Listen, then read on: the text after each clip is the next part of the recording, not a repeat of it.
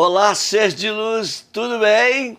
Querida pessoa maravilhosa, estamos aqui para mais um podcast do Zé, o Pod Zé. E como vocês sabem, sempre com convidados ilustres, diferentes e que fazem a diferença no mundo.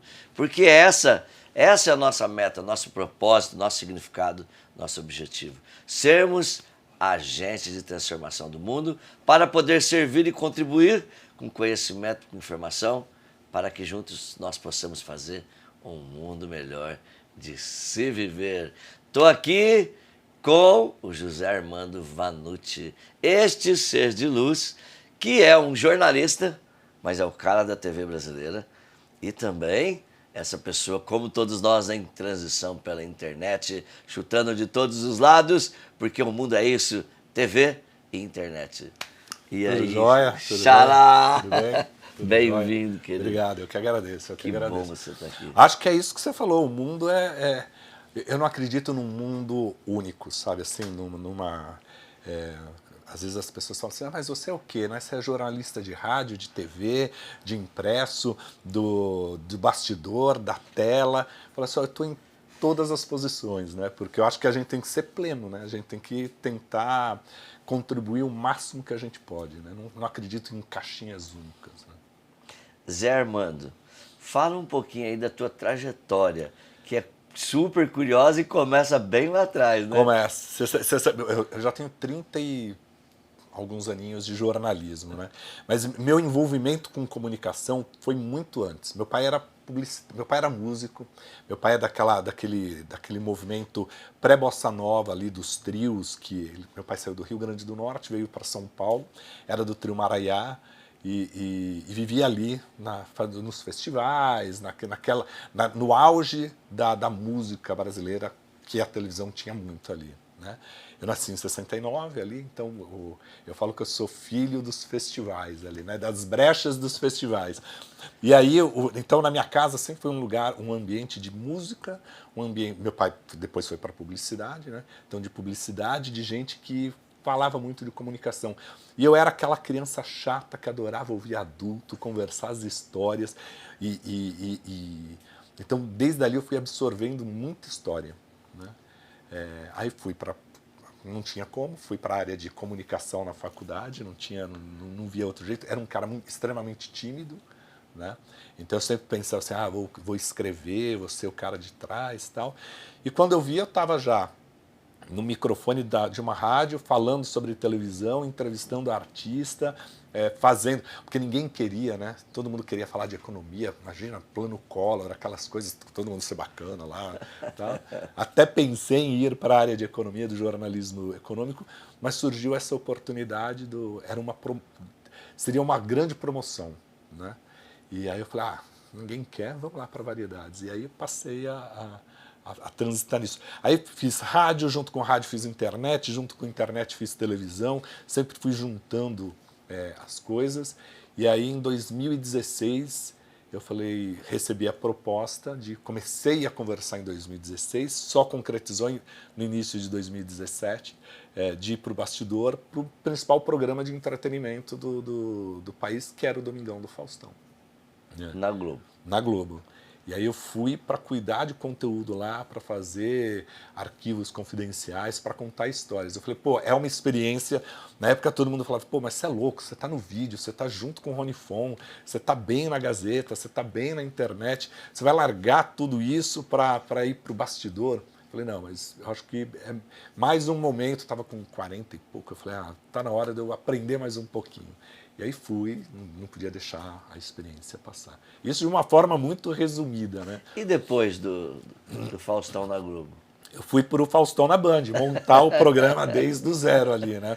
Então tu ajudou montou o programa. Montamos o programa, né? Eu cheguei lá 6 meses antes. A estreia foi em janeiro, cheguei de julho para agosto, com o desafio da gente pensar quadro a quadro, como é que seria, montar a estrutura do zero, cenário, produção, equipe, e isso é uma coisa muito bacana, né? Porque você ter uma ideia, você criar um projeto do zero é único, né? Então, É uma experiência, experiência. para a vida, né? Então, acho que era algo que eu não podia perder, sabe? Assim, uma coisa é você entrar num projeto consagrado, como foi o Domingão do Faustão, e o outro é ele chegar e falar assim, topa vir, topa fazer do zero, né? Então, era um momento ali, né? Entendi que preciso continuar nos bastidores e criar isso aqui. E aí, no tempo, colocamos o projeto no ar, tal, falei, opa, agora já está na hora de voltar para o vídeo, né? Voltar para a internet, voltar a escrever, né? Porque também esse lance, eu acredito em oportunidades, né? E você tem que saber pegar a sua oportunidade e fazer a sua história, né? Eu virei crítico de televisão porque eu ouvia muita história, gostava dessas histórias, né? Assistia muita televisão. E aí um dia eu estava na redação, fui cobrir, eu troquei o horário, eu trabalhava à noite, e aí um amigo meu precisava, sei lá, fazer alguma coisa à tarde, eu saí da noite e fui para a tarde no horário dele. E aí num café, no meio da redação, tinha estreado a Lilian Whitfield no Jornal da Globo. Era um cenário todo escuro e tal. E eu falei assim, não vai dar certo. Em uma semana, no máximo 2 semanas, a Globo vai colocar tudo azul. Porque na televisão funciona azul, o telespectador ainda não está muito acostumado com cores escuras na TV, né? E ali, eu nem sabia quem era o dono da Jovem Pan, quem era o seu Tuta. Eu tinha acho que 1, 2 anos de Jovem Pan. E tinha um senhor ouvindo ali a conversa no café ali, que era o dono da rádio, era o seu Tuta. Por acaso era o dono. Por acaso. E aí, assim, sei lá, 3 dias depois, 1 semana depois, a Globo foi lá e mudou o cenário. E botou o azul no cenário. E aí, seu Tuta foi lá, que foi o menino que falou, tá, ele trabalha à noite, tá, traz ele para durante o dia, né? E aí, naquela época, a Hebe, o Show da Manhã era um programa... Tava onde a Hebe? A Hebe ela era comentarista da Jovem Pan, né? E a Hebe estava saindo da Jovem Pan, porque a agenda dela apertou mais. E aí o seu Tuta falou, a Hebe falava de televisão, de artista, tal, você não quer fazer isso aqui no lugar dela? Entra lá. Isso era uma quinta-feira, eu tinha que estrear na segunda-feira, falei, vamos nessa. Bora. Bora. Nunca tinha feito, né? Isso. Nunca tinha feito. Né? Eu entrava no ar falando de estrada, falando de polícia, cidade, porque era outro caminho. E aí ele falou, topa. Só que aí, assim, era uma quinta-feira, eu tinha que entrar no ar na segunda, não tinha fonte nenhuma, né? E aí eu lembrei de uma amiga que poderia ter acesso a algumas informações, liguei para ela, ela falou, me liga no domingo que eu te dou a audiência, né? Porque era uma época de briga do Gugu com o Faustão. E aí ela me deu a audiência, era a única informação que eu tinha. E transformei aqueles números num comentário de 3 minutos de manhã. O Silvio Santos ouviu, ligou para o seu Tuta e falou, nossa, muito bom esse menino que está dando audiência. E aí foi pegando ali. Olha que então, assim, de um comentário surgiu a oportunidade de mudar de horário, de cobrir, né, abrir um buraco ali, fala de televisão, não tinha informação, fonte nenhuma. Fui construindo minha fonte e aí virou. E aí virei especialista em audiência. Durante muito tempo, eu lembro, cara, assim, eu fui pro fazer o primeiro troféu imprensa, né? E aí do Silvio. Do Silvio. E aí o Silvio virou e falou assim, Vanucci, como é que você sabe a audiência? Logo cedo de manhã, eu venho para o SBT ouvindo você só para saber o resultado da minha emissora. Boa, foi a melhor propaganda que tinha. Essa foi boa, hein? Foi a melhor propaganda que tinha. E aí eu paro hoje e falo assim, caramba, é isso, né? É você saber a oportunidade, falar, tô ferrado, mas tenho que resolver isso aqui, e virou minha marca. Essa amiga sua também é uma santa, hein? É uma santa. Até hoje ela é minha amiga, até hoje eu encontro ela e falo assim, eu não vou falar o nome dela aqui, porque ela roubava, essas informações eram até sigilosas, né? E aí, até hoje eu encontro e falo assim, eu devo minha vida a você, somos amigos até hoje. Que lindo, né? E é legal que, assim, sempre um tá no projeto do outro, sabe? Assim, um lembra o outro, sempre tem muito, muito carinho. Então continuou um vínculo aí, né? Continua um vínculo. Que lindo. E porque eu acho que é isso, né? Eu acho que a gente vai criando vínculos, a gente vai criando... Ninguém faz... O seu Tuta falava isso, e até o título do livro dele, né? Ninguém faz sucesso sozinho. na vida a gente não faz nada sozinho, né? A gente sempre tem alguém para nos ajudar, né? Na tua percepção, como é que é hoje essas duas forças que é TV e internet? Como é que é isso na tua cabeça? Você sabe que é muito engraçado, porque eu acho que é a mesma coisa quando a televisão surgiu e ficava o rádio e a TV, né? Nossa, um vai engolir o outro, né?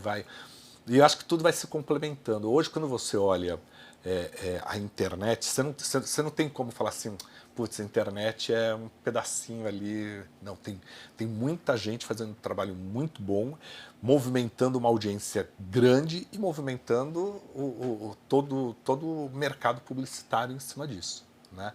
Então, hoje a internet consegue entregar para você, anunciante, a audiência que você quer, o público que você quer. Você faz um anúncio, você dá um recado para aquele corte que você precisa. Mas a televisão, ela ainda fala para a massa, né? A televisão ainda é o veículo que chega lá no fundão do país, né? E a gente vive num país pobre, um país Sim. que, por mais que a gente... É que a gente está aqui em São Paulo, então quando você pega São Paulo, interior de São Paulo, Rio de Janeiro, Curitiba, Porto Alegre, Belo Horizonte, você pega as grandes cidades, você tem serviço de qualidade de internet e tal, mas você vai para o fundão do país, você não tem, né? E a gente ainda tem uma camada grande da população que paga talvez um provedor de internet, paga uma plataforma e olhe lá, né? Porque é caro também, né? Então a TV ainda é o veículo de informação e entretenimento de graça para o povo, né? Então eu acho que não dá para a gente falar assim, eles são inimigos. E a rádio? Porque é TV, internet e mais rádio. Mas a rádio, eu acho que a rádio ainda, e todo mundo fala, putz, mas a rádio também vai perder espaço por causa do podcast. Eu acho que ninguém perde, tudo se agrega, né? Porque se você pega a rádio hoje, são várias. Você tem a emissora de rádio, que tem um canal na internet que transmite esse estúdio aqui, que é um estúdio de podcast, que é um estúdio para internet, ele hoje dá para fazer um programa de rádio aqui, porque você transmite com imagem, né? Então o som vai para um pedaço, o som e a imagem vai para outra plataforma, né? Eu acho que assim, hoje o que a gente tem que sempre pensar assim, somos produtores de conteúdo, independente para qual plataforma vai, né? Vou dar um exemplo, o programa do Bial, por exemplo, ele faz grandes entrevistas pela madrugada e é uma das maiores audiências da Globo. Mas por quê? Porque muita gente ouve no outro dia como podcast. Está no carro ali, às vezes liga, ou vai na academia ali, está fazendo exercício, está ouvindo o programa. Então, é uma experiência que começou na televisão, é um produto que vai para a televisão, mas que se completa na internet. E quantas coisas começam na internet e terminam na televisão, né? Então, acho que, ou passam pelo rádio, passam por todas as mídias, né? Eu acho que hoje não dá mais para a gente separar os mundos, não. E além da rádio, que é som, temos também outras forças poderosas, né? Como o Spotify, o Deezer. Sim. Qual a tua sim. percepção do Spotify e Deezer? Que é o bom rádio, né? Assim, é o bom. Eu só tenho um negócio quando eu vejo o Spotify. Óbvio que eu adoro porque tá aqui, né? Eu tô aqui com a minha playlist tá aqui. Mas eu não compro mais o disco físico, nem o CD, né? E assim, eu tinha um negócio, cara, que assim, eu tinha uma coleção de fitas em VHS, de filmes, programas, novelas que estavam ali, muita coisa que eu gravava. E tinha CD, eu falava, eu sou fã da Zizi Posse. Eu tenho discos e CDs dela, assim, e guardo ali, né? E guardo ali. Eu tenho muita trilha de novela.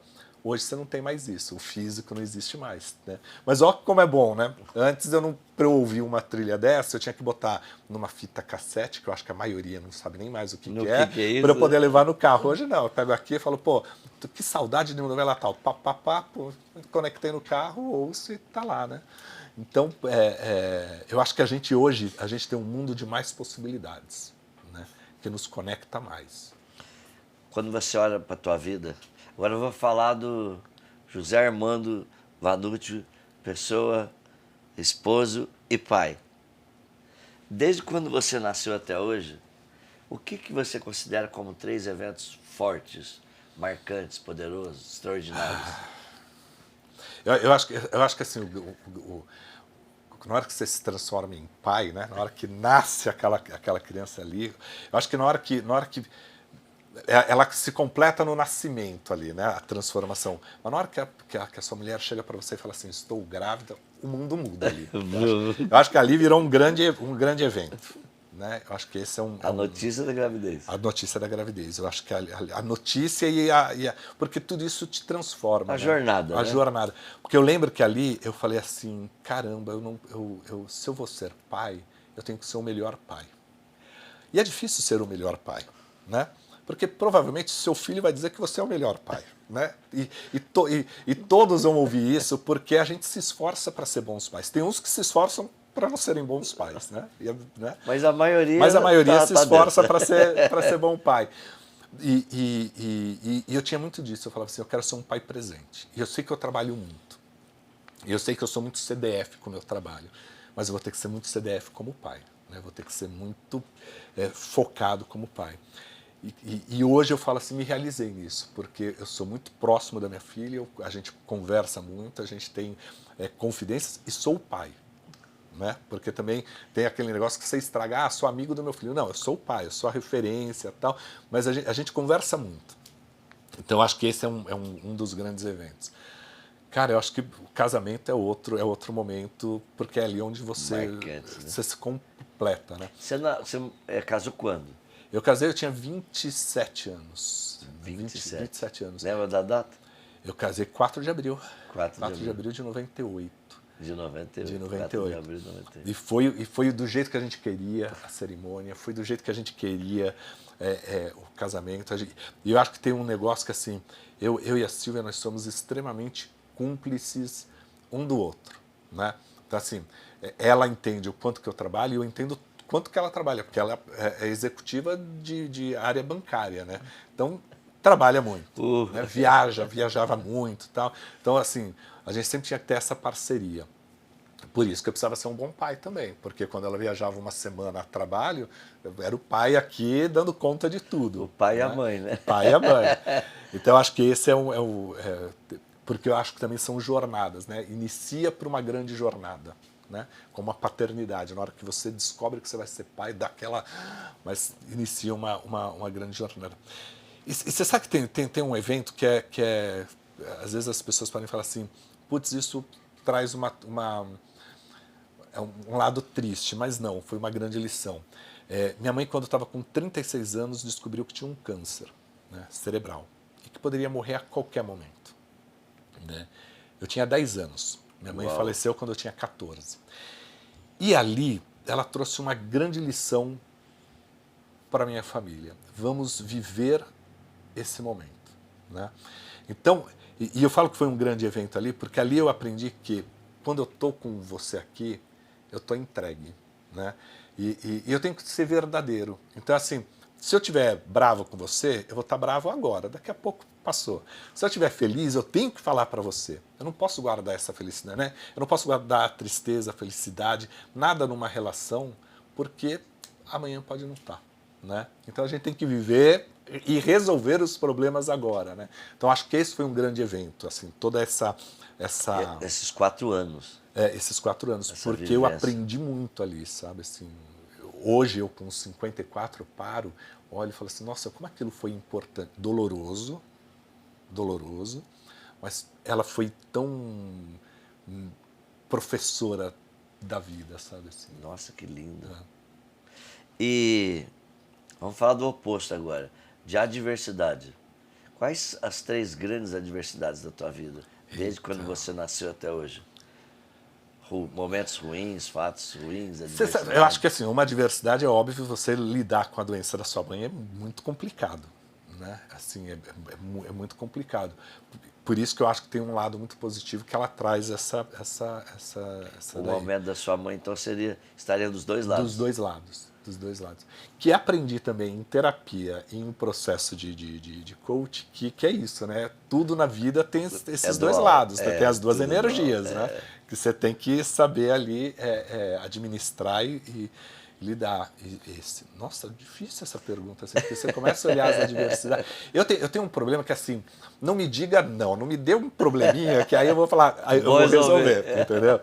Como agora. Mas agora quando a adversidade, quando acontece uma adversidade, depois em algum nível, isso faz a gente ser melhor, né? Sim, eu Mas acho que quando acontece, é um eu acho cômodo. que eu acho que tem, eu acho que um dos grandes momentos assim de adversidade talvez tenha sido quando eu fui desafiado a sair do lugar que para mim estava confortável. Eu estava já com 20 e tantos anos de carreira, estabilizado, e aí vem algo que assim, ó, eu tenho um novo projeto para você.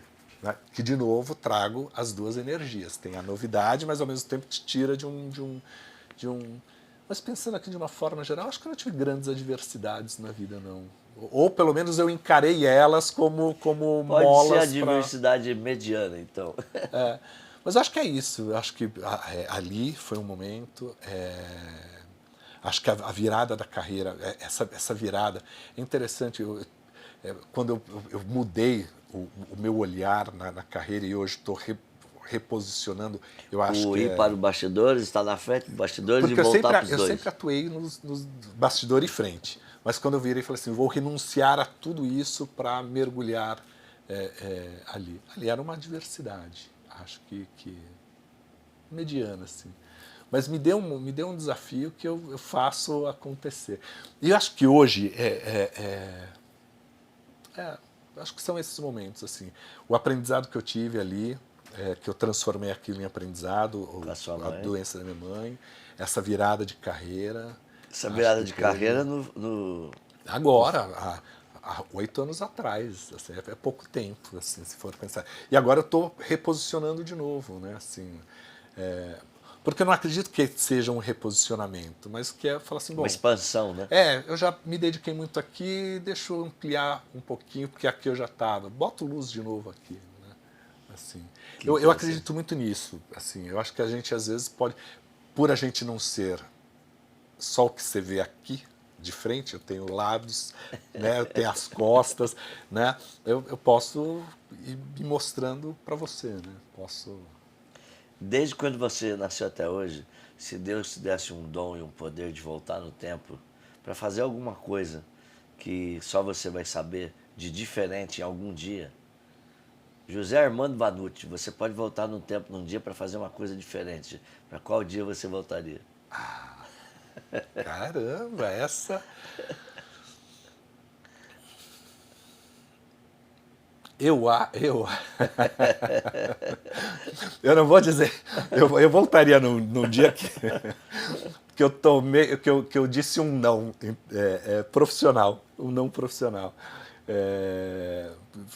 Me surgiu uma proposta e é aí que às vezes a gente é tão racional nas propostas, você pondera, bota tudo numa balancinha aqui e você esquece que você está tomando decisão pelos pesos deste momento. Né? Hoje é óbvio, né, que na hora que se eu pudesse voltar nesse tempo, eu sei que talvez o caminho tivesse sido outro. Né? Você Mas foi teria dito um sim. Teria dito um sim, porque foi um não num momento em que eu não acreditava naquela proposta, sabe? Assim, eu achava que não ia durar, que não estava Sólido o suficiente. E tal. E foi um não porque talvez eu não tivesse usado do meu humor. Hoje, com um pouquinho mais de humor, eu poderia dar um sim ali. Faz quanto tempo isso? Isso uns 9 anos. Uns 9 anos.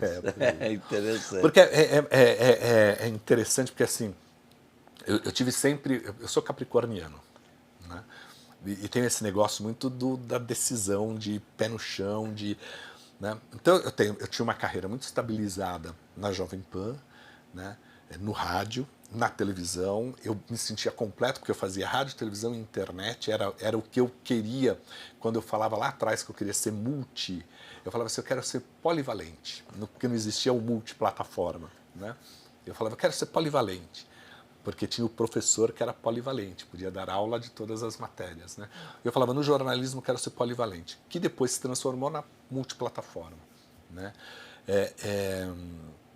Então eu acho que eu tomei muitas decisões muito capricorniano, sabe? Assim, muito assim, pé no chão. Né? E às vezes a gente precisa sair arriscar. Um pouquinho, né? Eu fui aprender a arriscar, talvez, de um tempo para cá. que foi num processo de coach, que foi num processo de terapia, que foi num movimento que parece ser de fora para dentro, mas que é de dentro para fora, com alguém te orientando ali. Que legal. E o que te move hoje?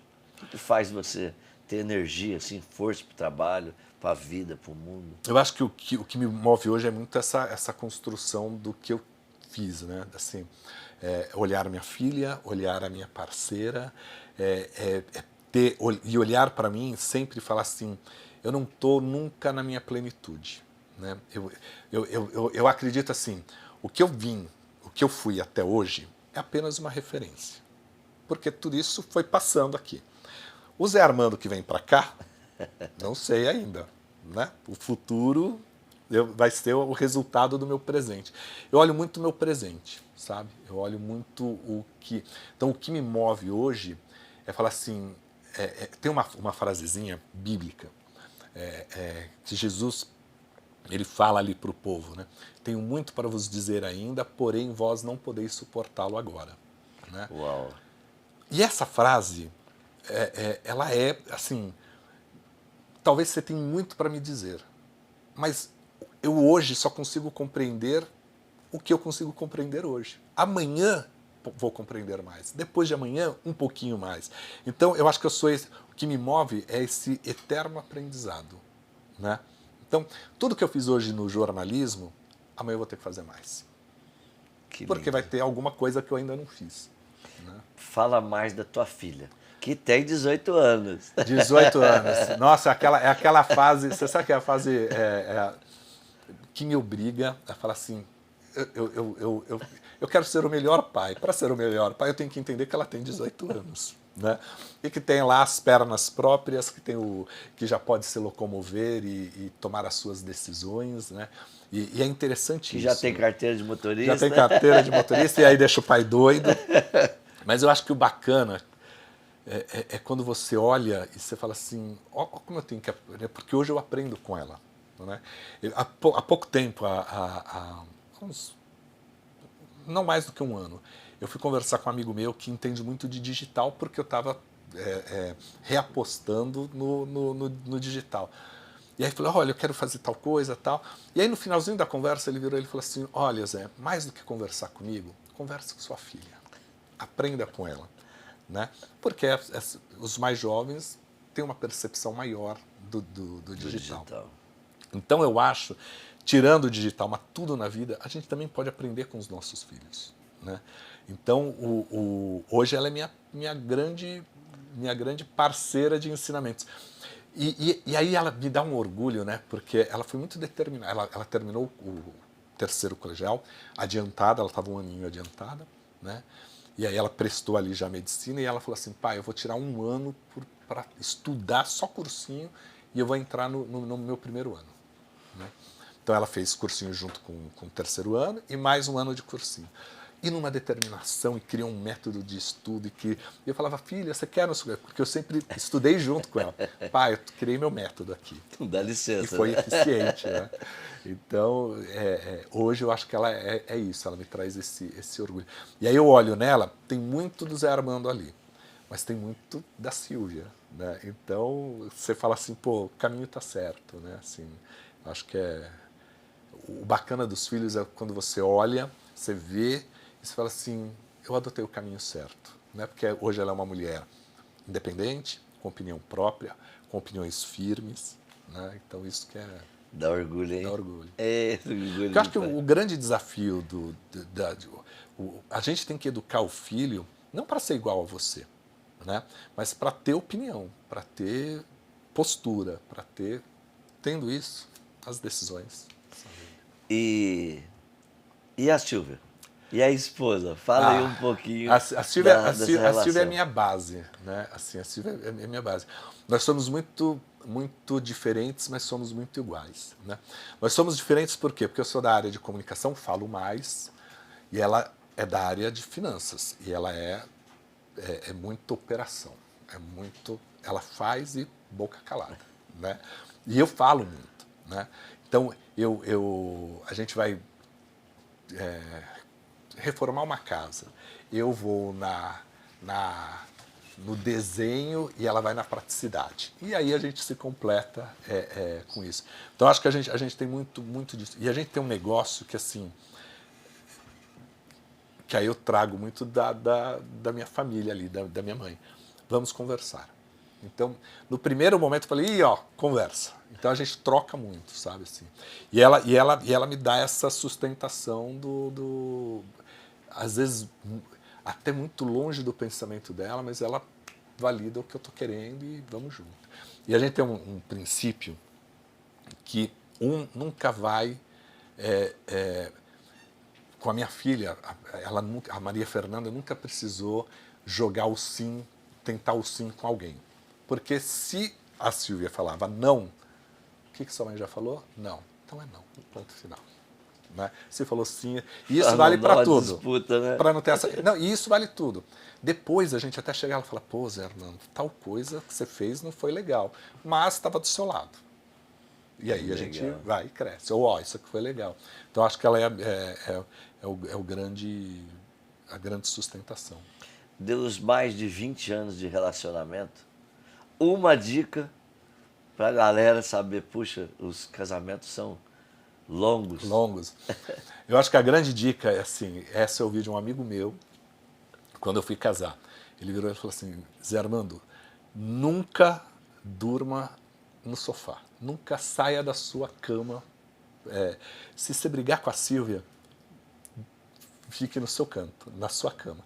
Porque é muito fácil, quando a gente tem alguma rusga, quando a gente tem alguma coisinha, um vai para um canto, outro vai para o outro. E aí a gente não resolve o problema. Mas quando você tem que dividir a mesma cama, e para ter uma noite de sono tranquila, resolva seus problemas. Né? Então acho que é a grande dica. Eu não deixo passar nada que eu resolvo. Resolvo o problema no mesmo Ali, dia. eu acho que esse é o grande segredo. Vamos falar agora um pouco mais profundo de você em fases. Meio infância, adolescência, juventude, adulto, casou. O Zé Armando lá com 2 anos, 3 anos, 5 anos, o que você lembra? Eu lembro muita coisa, assim, né? É engraçado que quando a minha infância deve ter sido muito rica, porque rica não financeira, né? Mas muito proveitosa, porque eu lembro muita coisa da minha infância. E eu lembro de ter sempre uma tranquilidade e uma felicidade. É engraçado assim, minha mãe faleceu, ela era muito jovem, né? Mas ela ficou casada há 16 anos com meu pai. E eu não lembro de brigas, eu lembro sempre dessa coisa muito alegre, de coisas compartilhadas ali. Mas eu era um cara extremamente tímido, eu era uma criança tímida. Né? E que fui aprendendo a vencer essa timidez, né? Esse bloqueio na conversa. Aí, isso naquela primeira infância ali. Quando eu vou lá para os 8, 9 anos, eu passo a ser o cara que quero descobrir, conhecer coisas. Né? E eu sempre me encantei por histórias. Eu não sabia como, mas eu queria contar histórias. Né? Imagina, eu tinha 8, 9 anos, eu gostava de assistir o TV Mulher porque eu era fã da Marília Gabriela entrevistando, conversando com as pessoas. E fui virar entrevistador muitos anos depois. E eu falo, esses dias eu encontrei ela numa premiação, eu fui receber um prêmio em nome do programa, né, do Faustão na Band, e ela ganhou, ela subiu no palco, saiu para tirar foto, eu subi, ganhei o prêmio e fui lá. E aí eu estava do lado dela, eu virei e falei assim, eu preciso falar para ela. Aí eu falei, Marília, eu falei assim, eu sou o que eu sou graças a você, porque eu te assistia no TV Mulher, eu te achava tão inteligente. Eu era uma criança e queria ser o que você era, né? Então eu tenho essa fase de consumir muito televisão, de assistir, e eu acho que ali foi uma infância em que eu me recolhi um pouquinho. Né? Mas eu tive o privilégio de morar num bairro que não tinha violência, né? Onde todo mundo brincava na rua, então eu tenho uma infância também muito... Em São Paulo? Em São Paulo, eu morava na Zona Norte de São Paulo, né? Moro ainda lá. Aí na adolescência, eu acho que eu já fui um cara que... Eu queria ser rebelde, mas não conseguia ser rebelde. Não tinha... Porque assim,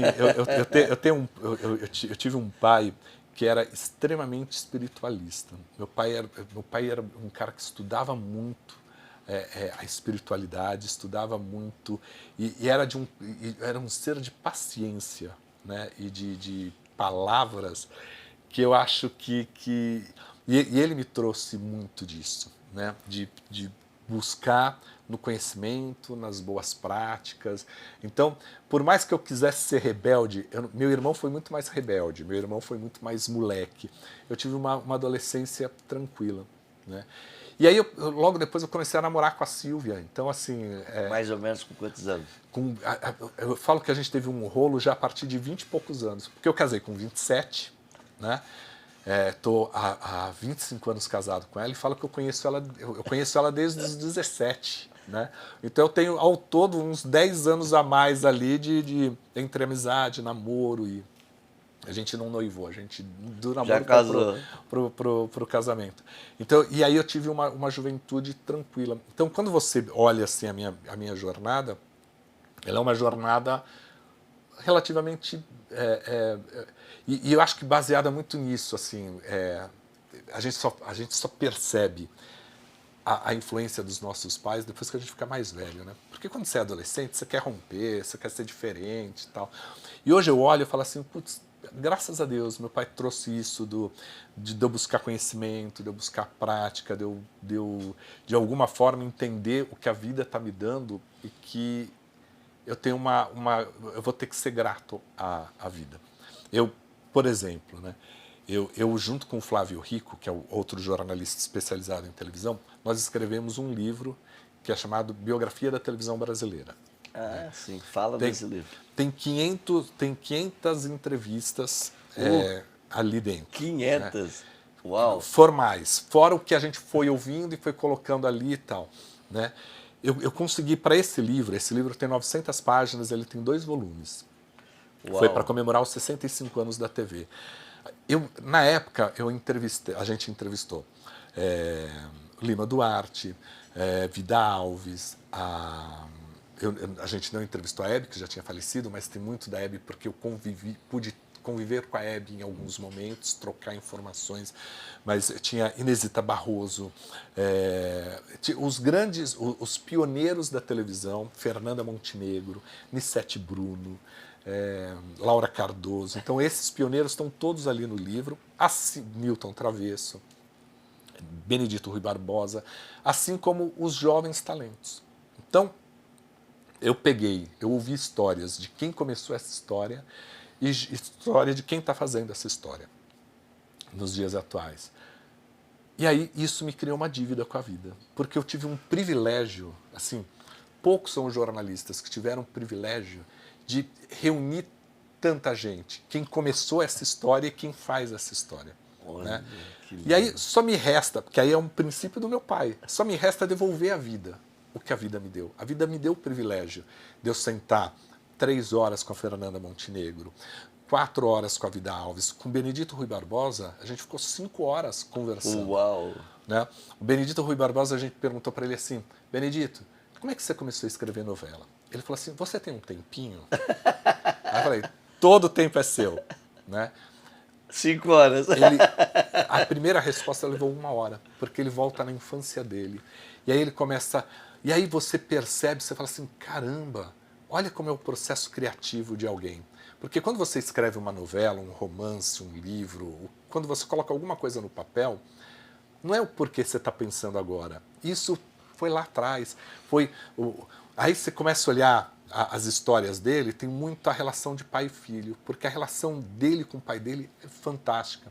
Silvio de Abreu foi a mesma coisa. Eu falei, Silvio, eu fiquei com o Silvio de Abreu umas 6 horas, eu fiz em 2 vezes a entrevista com ele. Né? E aí você passa a compreender a alma a pessoa te entrega a alma. E aí eu falo assim, cara, eu agora tenho que fazer o quê? Eu tenho que entregar para os mais jovens que não tiveram o privilégio de conversar com a Vida Alves, porque ela já faleceu, ou com a Inesita Barroso, ou com esses grandes autores. Eu tenho que entregar Camargo. Com a Hebe Camargo, eu tenho que entregar para essas pessoas. Né? A vida, eu criei uma dívida com a vida. Né? Então eu preciso entregar para essas pessoas. Agora eu vou perguntar por metáfora, tá? Tá. Bom, primeiro lembrando que é forte. Você tá me fazendo uma terapia aqui. Tô indo em lugares que eu não imaginava ir. Bom, sinto te informar que agora que vai aprofundar. Vamos lá. Até beber água. Nós, de fato, somos nossas memórias. E a minha missão na Terra é isso, né?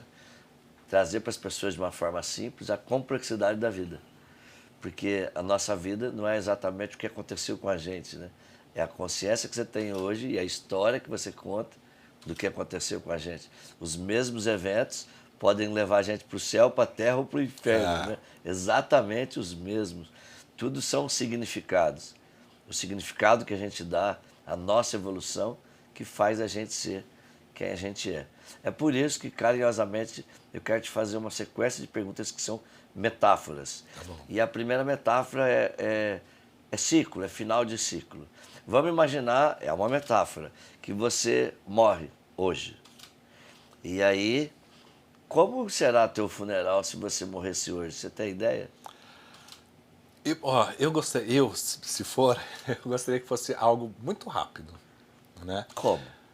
Rápido, velório rápido, cremação, porque eu acho que a última memória não tem que ser o funeral. A última memória não tem que ser o corpo morto, porque ali só foi A passagem. uma passagem. Final de né? um ciclo. Final de um ciclo, porque o outro se iniciou. E eu acho, assim, independente de qualquer fé que a pessoa possa ter, eu acho que nós somos imortais através dos nossos exemplos.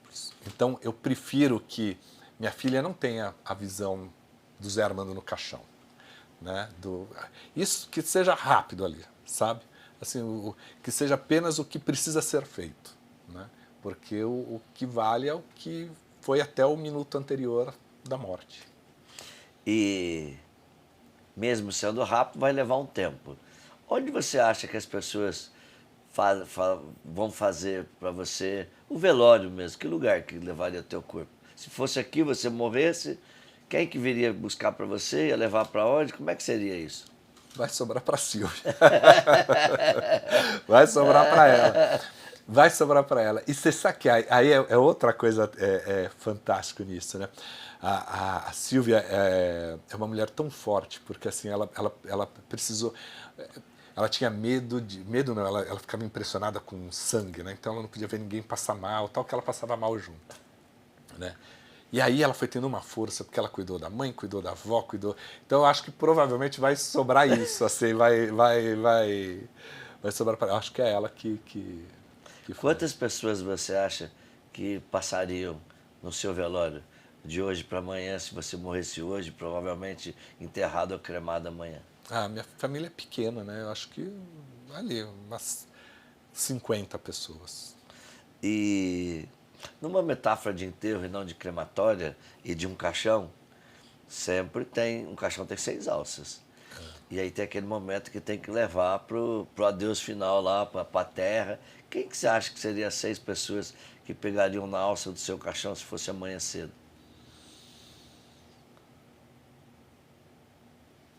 Acho que 3, 4. Faltam mais 2, né? Eu acho que meu cunhado... Seu cunhado, como ele chama? Milton. O Milton. O Milton, meu irmão André. O André, seu irmão. Meu amigo, o Ayrton. O Ayrton, amigo. Ele é meu padrinho, é meu melhor amigo, meu padrinho de casamento, padrinho da minha filha. Eu fui trazendo ele para tudo. Já virou, foi família, né? Já é família. Então, meu cunhado, meu irmão, o Ayrton, acho que meu primo Guto, meu Alexandre, meu outro primo, O primo Alexandre. que é daqui de São Paulo. Não sei o sexto. Teria que pensar esse sexto. E a Silvia? Mas geralmente são os homens que levam, né? A Silvia estaria na frente, eu acho. Ela, coitada, já sobrou para ela ter que cuidar de todo. Mas eu acho que ela levaria, com a força que ela tem. Eu tô achando que você tá falando. Mas meio machista isso, né? Porque tem que ser por só os que- homens, né? É isso. Eu acho que, Acho que eu inclusive, fui eu ia machista. ficar do lado direito na frente. Eu acho que sim. Nesse aspecto, eu acho que até a Mafê levaria, minha filha. Olha Você sabe olha que coisa... eu tenho tanto com a Mafê de falar da vida com ela, que eu falo assim, no dia que eu morrer e tal, e aí ela fala, não, pai, eu vou ser cardiologista, que eu vou criar ali uma receita que você vai morrer lá com 140. Eu falo, pô, mas 140 é muito também, a gente tem que estar bem. Mas eu falo, ó, eu quero ser cremado. E ela fala, não, eu não vou deixar você ser cremado. Então eu acho que ela ia tomar ali à frente para ela dar as ordens ali. E nessa metáfora, sempre alguém vai pegar e vai falar. Vai levantar lá, tem 20, 30, 50, 100 ou 1000 pessoas, não importa. Alguém vai fazer uma homenagem para você. Quem é essa pessoa e a essência do que essa pessoa vai falar? Eu acho que não vai ser a Silvia, porque ela não fala o eu te amo dela está no olho e na atitude, né? Então acho que é na atitude que ela falaria ali, no momento ali. A grande homenagem seria na atitude dela, o fazer tudo, o como as pessoas que ela colocaria ali. Eu acho que é minha filha que faria a homenagem, assim. E eu acho que ela falaria muito disso, do estar junto o tempo todo, sabe? E que a gente continuará junto. Acho que é. E num funeral, num velório, numa despedida, tem as pessoas e elas vão sair, mas sempre tem 3 que ficam pro final. Quem que seriam essas 3 pessoas que vão ficar mais tempo lá, que por alguma razão vai ficar ali, uma conexão, não sei, mas vai ficar um tempo maior? Eu acho que a Maria Fernanda, minha filha, provavelmente o Ayrton vai ficar. E a minha mãe, né? É minha madrasta, mas é minha mãe, a Lenita, eu acho que ela ficaria até o final, até para me dar umas broncas. Até para dar as últimas broncas ali, eu acho. E aí você foi pro céu, transcendeu, tem um portal, uma metáfora, e Deus te recebe, Jesus é na tua crença, e pergunta, José Armando, por que valeu viver a vida na Terra? O que você responderia hoje? Porque eu aprendi. Acho que é isso. Acho que a vida vale para isso, para a gente aprender. Se a gente não sair de qualquer relação, de qualquer momento, com algum aprendizado, não valeu. Eu acho que a gente não está só... Óbvio que é gostoso um bom vinho, é gostoso uma farra, é gostoso um bom churrasco, mas se não tiver um aprendizado, se eu não tiver aqui para aprender com você alguma coisa, não valeu a vida. Legal, interessante. E já que você é da comunicação, os céus celebrando tua passagem, pede para você algo. Uma mensagem sua para o mundo que vai passar em todos os jornais, todas as rádios, todos os canais de televisão, o mundo inteiro, todas as revistas. Deus fala, deixa uma mensagem para o ser humano na Terra, para ajudar que o mundo seja melhor. Qual seria essa mensagem? Eu acho que é o meu mantra ali, né? Tenho muito para vos dizer ainda, porém vós não podeis suportá-lo agora. É isso, de falar assim, gente, aprendam, né? Melhorem, né? Tentem... Tinha um negócio, você me levou agora num lugar que eu lembrei que era muito da minha infância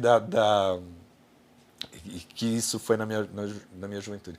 Quando eu era criança, meu pai, nordestino, como bom nordestino, adora receber todo mundo em casa, né? E aí eu lembro que teve um Natal não, uma Páscoa na minha casa, né? E aí isso tem a ver com a mensagem que Deus pediria para eu falar em todos os veículos de comunicação.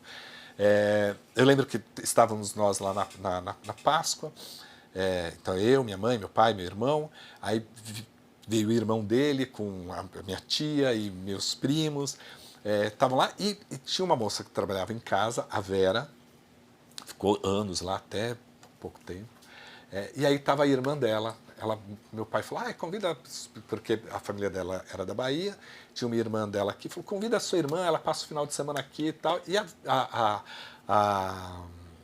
e ela foi para lá. A Vitória é a mais nova, eu vou lembrar o nome, é Vera, Vitória, vou lembrar o nome da irmã mais velha.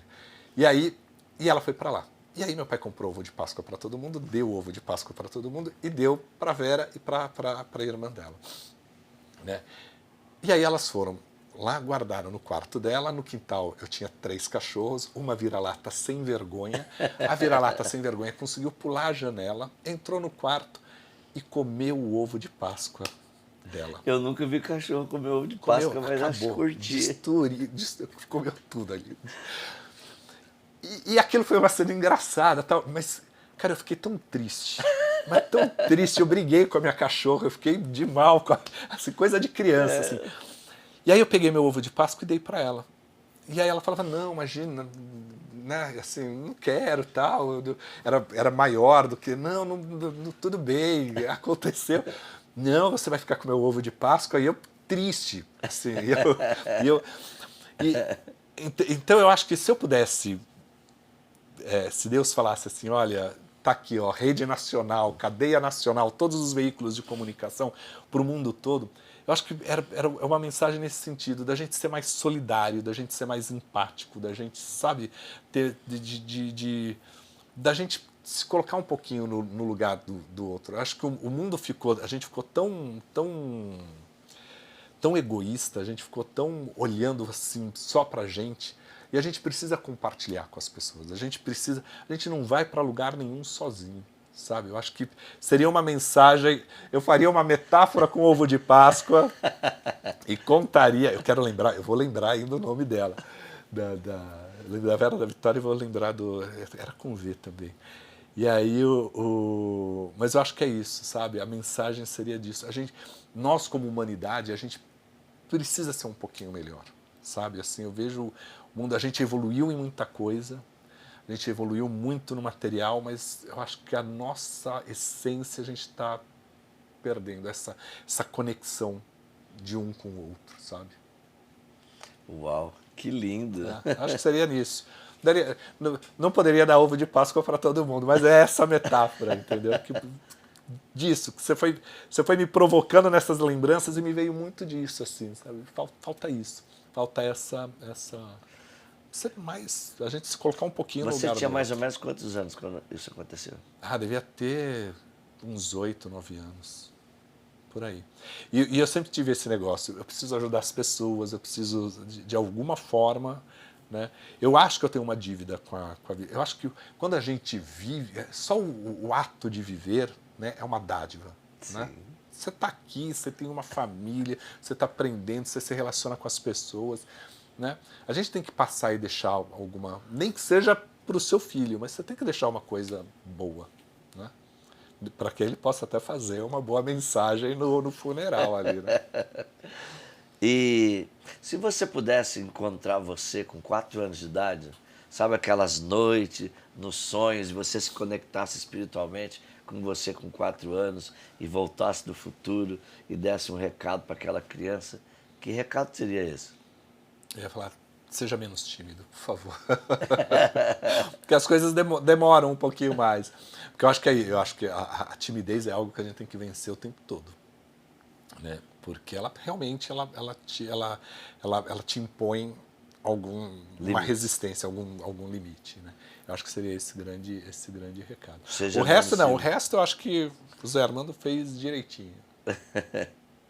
Puxa, seja menos tímido. Eu assim, mexeria em muitas coisas da minha trajetória? Mexeria, mas de uma forma geral, eu não posso reclamar da minha vida, sabe?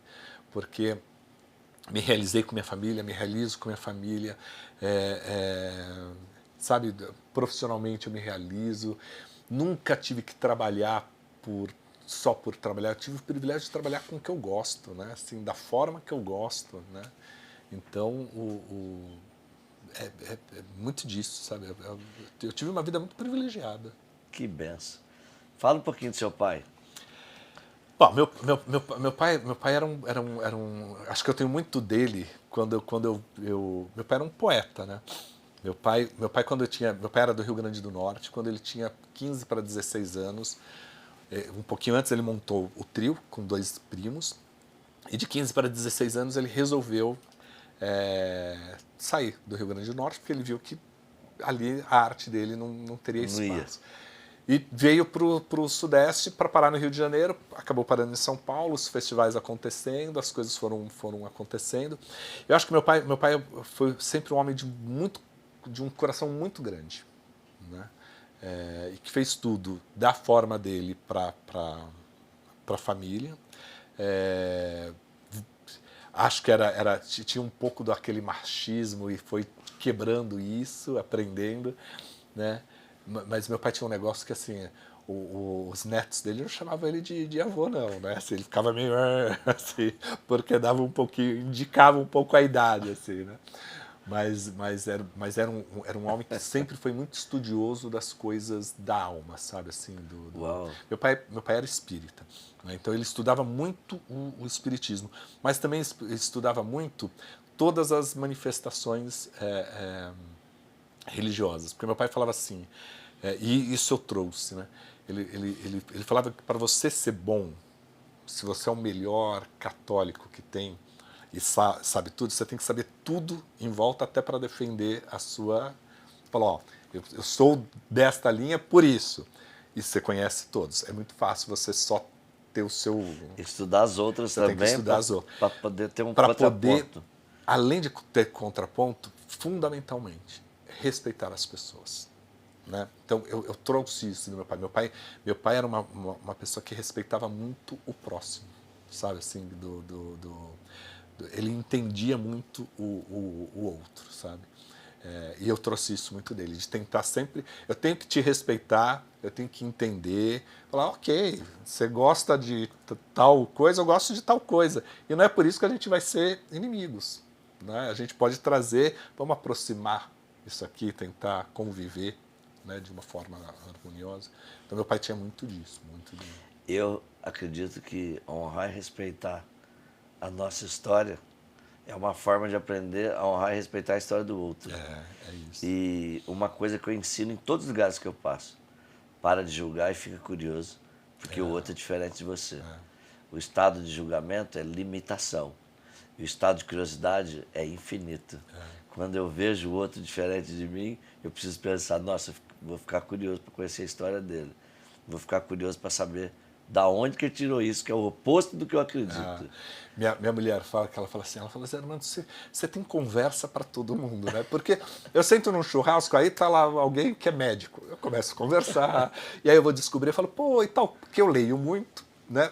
Não que eu saiba tudo, mas sempre vai ter alguma coisinha que dá para você usar numa conversa ali, e a pessoa traz coisas, e e você vai aprendendo, né? O aprender, assim, o ser humano tem um dom divino que é o aprendizado. Né? A gente pode aprender, a gente pode absorver coisas, né? E não só repetir, né? Mas a gente pode, e a gente processa isso. Então eu saio hoje daqui com muita coisa aqui da nossa conversa, né? Tá aqui. Pô, que vai me transformar nos próximos dias, né? A cabeça tá ali trabalhando. Né? Que lindo. E já que você está aqui e eu estou te conhecendo um pouco mais, e com toda essa experiência aí, uma pergunta em causa própria.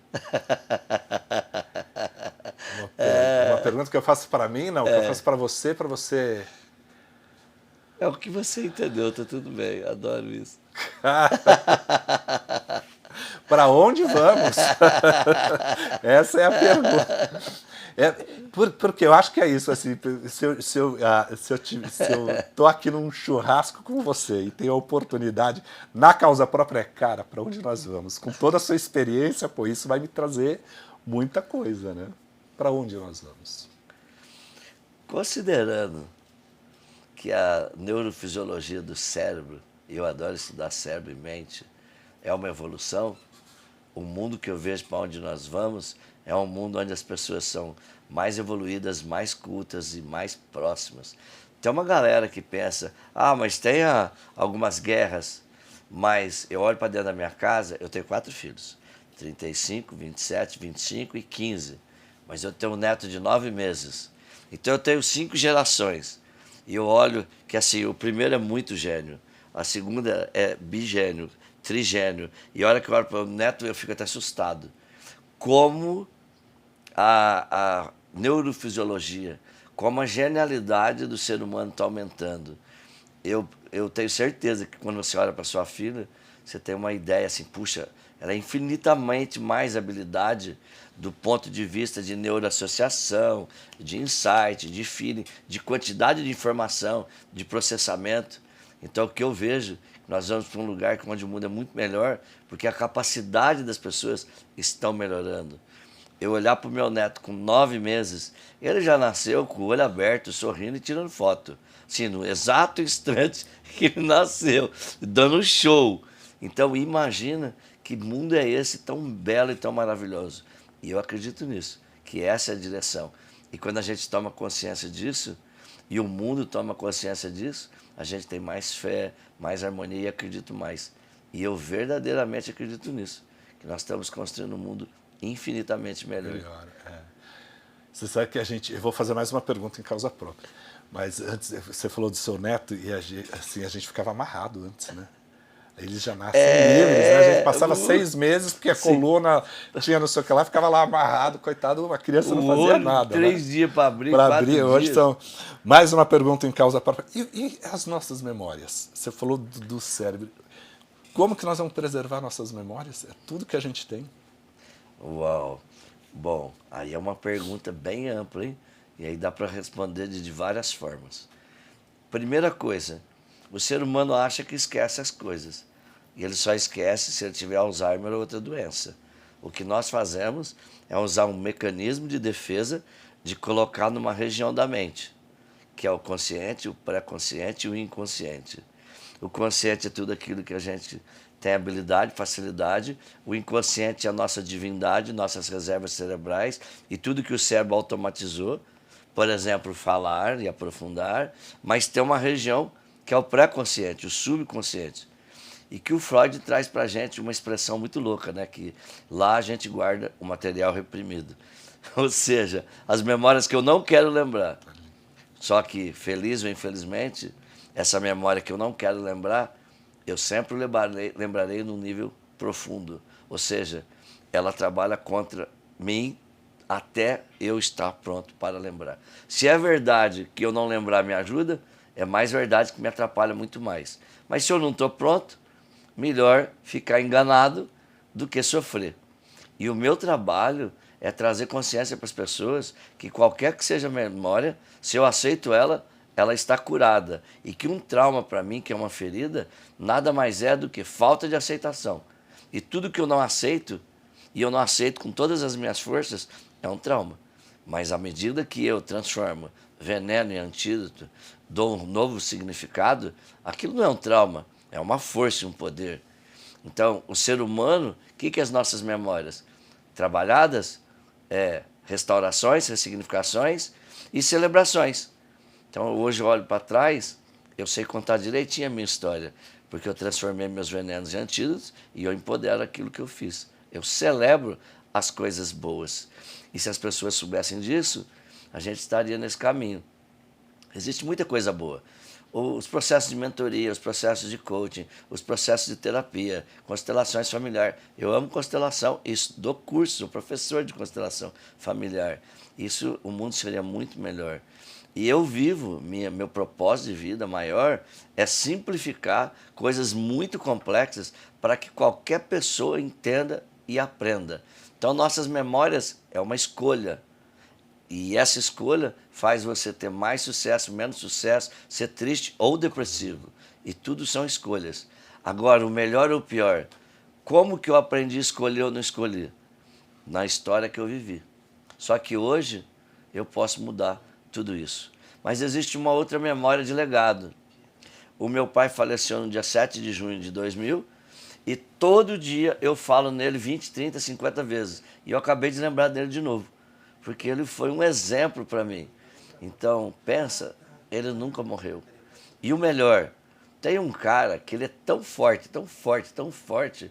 Esse é um Highlander, porque tem 2023 anos que bilhões de pessoas lembram dele todos os dias, que é Jesus Cristo.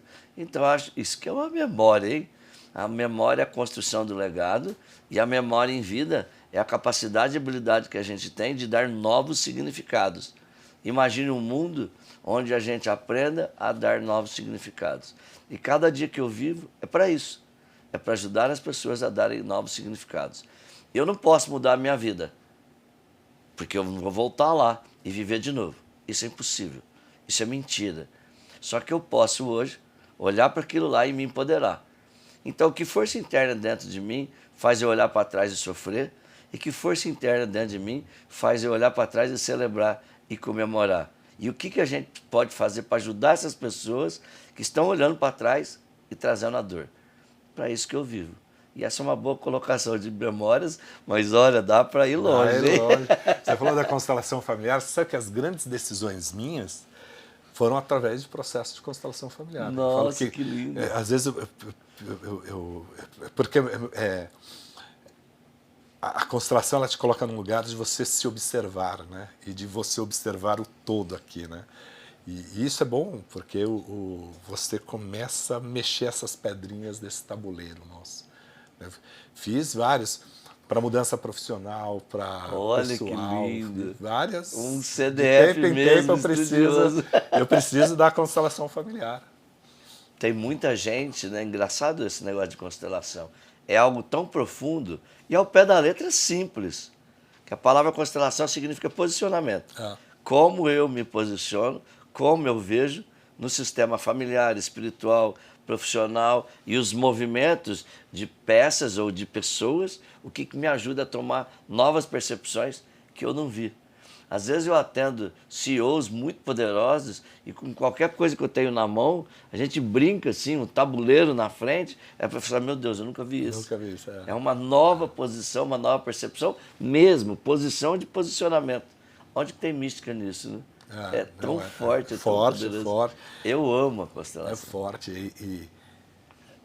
Eu acho, assim, todas as vezes, hoje eu falo assim, eu sou muito melhor porque eu me apoio, né? Eu tenho como ferramentas a constelação e a terapia. E isso é você se olhar o tempo todo. Né?